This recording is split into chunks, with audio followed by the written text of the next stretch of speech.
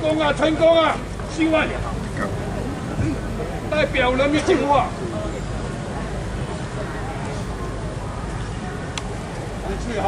Glad to be here. My name is Gilbert. I'm standing for Tampines GRC. But tonight, I'm rooting for the team in Marine Parade GRC. Can we give them a hand of applause for the Marine Parade GRC team for NSP?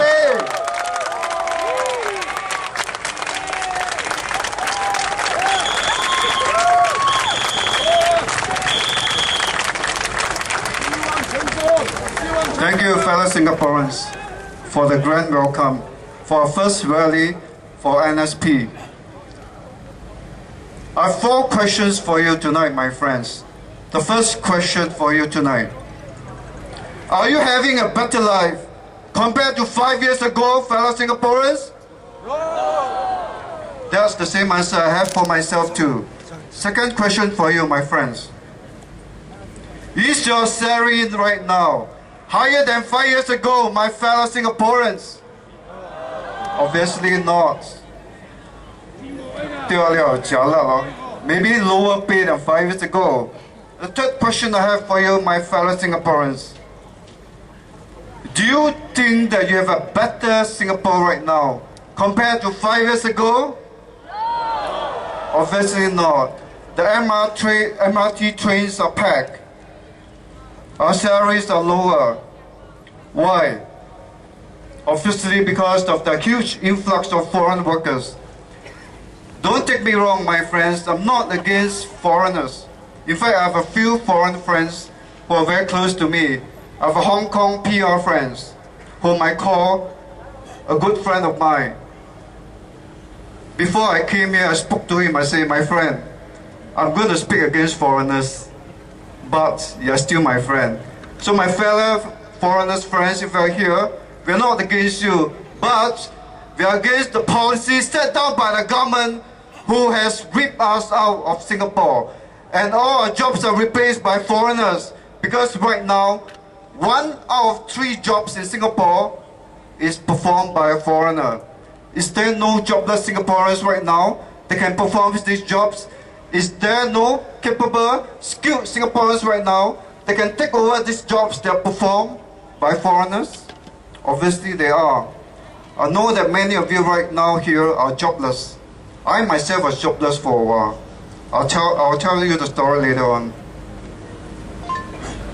The 5th question I have for you right now, Singaporean friends.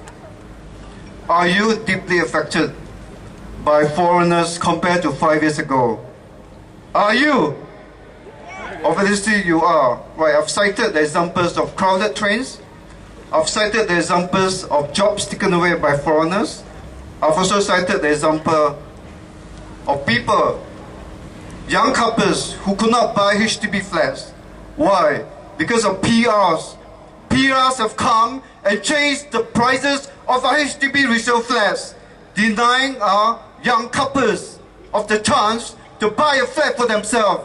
Is this fair for Singaporeans, my friend? No, obviously not. This is our country, my friend. This is our homeland, my friend. Today I also come here with deep emotion. I think by now you know that Tampines GRC has lost a comrade. Our principal election agent, David Goh, brother of Goh Meng Seng, has passed away. Why has he passed away, my friend? Because he was late last night helping us to put up the posters and the banners. For who, my friend? For you Singaporeans! For you Singaporeans! He was up at 1 AM putting up posters and banners. And he passed away this morning. I'll leave the rest of the details to my team leader, Mr. Goh Meng Seng, to fill up on his death. But I come here with great emotion. The whole team is up here with deep grief. My work among the jobless brought me great meaning. I do not charge a cent for my work among the jobless. So far, I've seen 500 Singaporeans face to face. People who are like you and me. People who are very deeply affected by unemployment. People who are in their 40s, 50s, some even 30s, with degrees master degrees, some even with PhD without a job.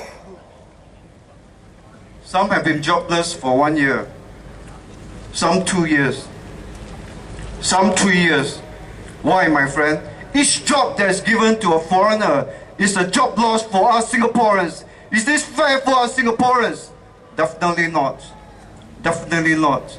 Right. I've seen men coming to me jobless and tell me, Gilbert, I have 2 children. My wife is not working. I was just retrenched. I've been jobless for a year. I say, Gilbert, I want to commit suicide. But, and it's not an uncommon feature of this educated PMAX with good degrees and master's degrees, without a job for months and years, coming to me and tell me, Gilbert, I want to take my own life. I felt that I'm at the end of the rope. I felt that I have nowhere to go, Gilbert. Can you help me? Can you help me? Can you help me? But throughout these years, there have been counseling jobless Singaporeans. My heart grieves for them. My heart grieves for them. Because they are educated. Because they are capable. Because they are very skillful. And some eventually have to drive taxi. Let me cite you an example of a friend of my transitioning.org website. He's called Mark. He's 45 years old. He has a diploma in engineering. He was earning $7,000 2 years ago, working for MNC Semicon industry. Mark right now is a cabbie. He was jobless for 2 years. Mark saw me last month. He told me, Gilbert, I'm at the end of the rope. I've been sending hundreds of application letters, but none has actually came back to me with a positive reply. Say, Gilbert, I'm at the end of the rope. Actually, I'm very afraid now. When people tell me that they are at the end of the rope, it means they have actually reached the max of their resources. Right?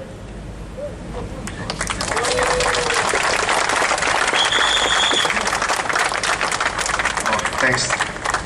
Thank you. Let me compose myself a bit. Where was I? Yeah, I was talking about Mark. Yeah. So Mark told me he was at the end of his rope. When someone told me when they're at the end of the rope, I felt frightened. No? It means they could take their own life. It means that they're at the end of the resources. It means that they have nowhere to go. And more often than not, I guess, Singaporeans, especially guys, you do not really want to seek support. You do not really want to seek help. Right, so Mark came to me and said, I'm at the end of my rope, Gilbert. Can you help me?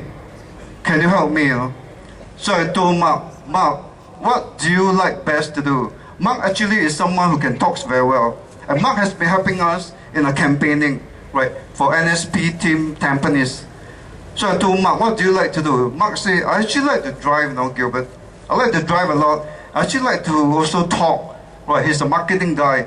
So I said, Mark, why don't you be a cabbie, You can actually be a cabbie. So Mark right now is driving taxi in one of the roads right now while I speak to you. Right, Mark is now riding a cab, right, to take care of his 2 daughters, which is 13 and 14 years old.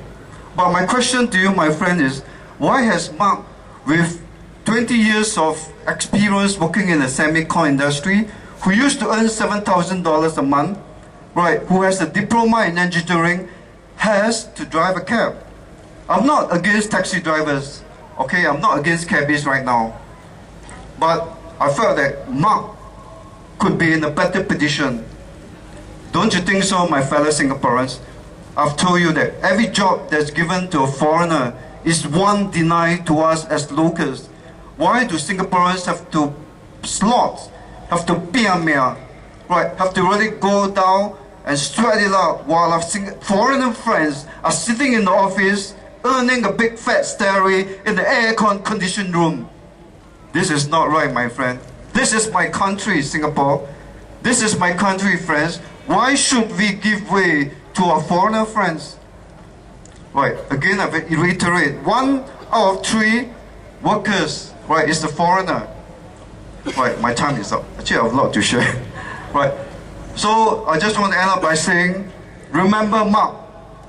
Those of you who are in your 20s to 30s years old, when you're in your 40s, you will be a mark. Right, you might be a mark, and I'm pretty sure you might be with the current influx of foreigners in our land. Singapore for Singaporeans, my friend. Thank you very much. Thank you.